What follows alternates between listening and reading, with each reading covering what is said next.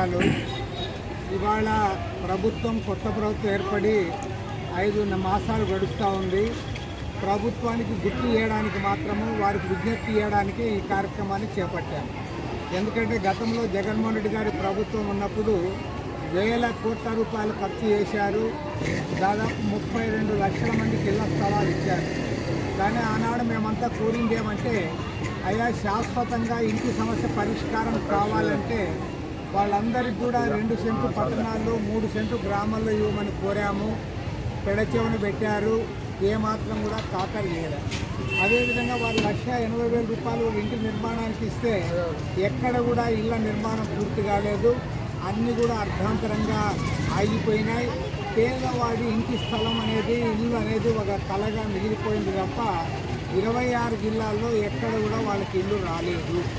కాబట్టి వాళ్ళ చంద్రబాబు నాయుడు గారిని కోరుతా ఉన్నాం, మీరు ఎన్నికల్లో వాగ్దానం ఇచ్చినట్లుగా పట్టణాల్లో 2 సెంట్లు, అదేవిధంగా గ్రామీణ ప్రాంతాల్లో 3 సెంట్లు ఇవ్వాలి. ఇంటి నిర్మాణానికి 5 లక్షల రూపాయలు ఇస్తే తప్ప ఇవాళ వారికి శాశ్వతంగా గృహ నిర్మాణ సమస్య పరిష్కారం కాదు. కాబట్టి ఆ రకంగా ప్రభుత్వం ముందుకు రావాలని కోరుతా ఉన్నాం. ప్రత్యేకించి వాళ్ళ కేంద్రంలో అధికారంలో ఉన్న నరేంద్ర మోడీ ప్రభుత్వం దేశవ్యాప్తంగా ఇళ్ల నిర్మాణానికి ప్రయారిటీ ఇస్తూ ఉన్నారు.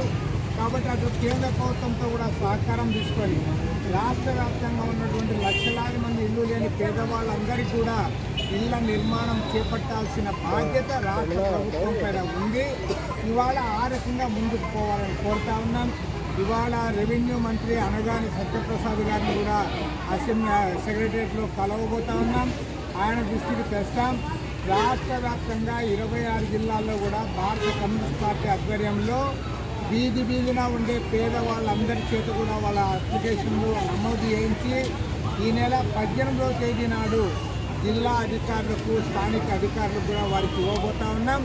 18వ తేదీ తరువాత ముఖ్యమంత్రి గారిని కూడా కలిసి ప్రతి పేదవానికి కూడా ఇల్లు ఇచ్చేంత వరకు కూడా మా పోరాటాన్ని కొనసాగిస్తాం. ముఖ్యమంత్రి గారు సానుకూలంగా స్పందించాలని ఈ సందర్భంగా వారికి విజ్ఞప్తి చేస్తా ఉన్నాం.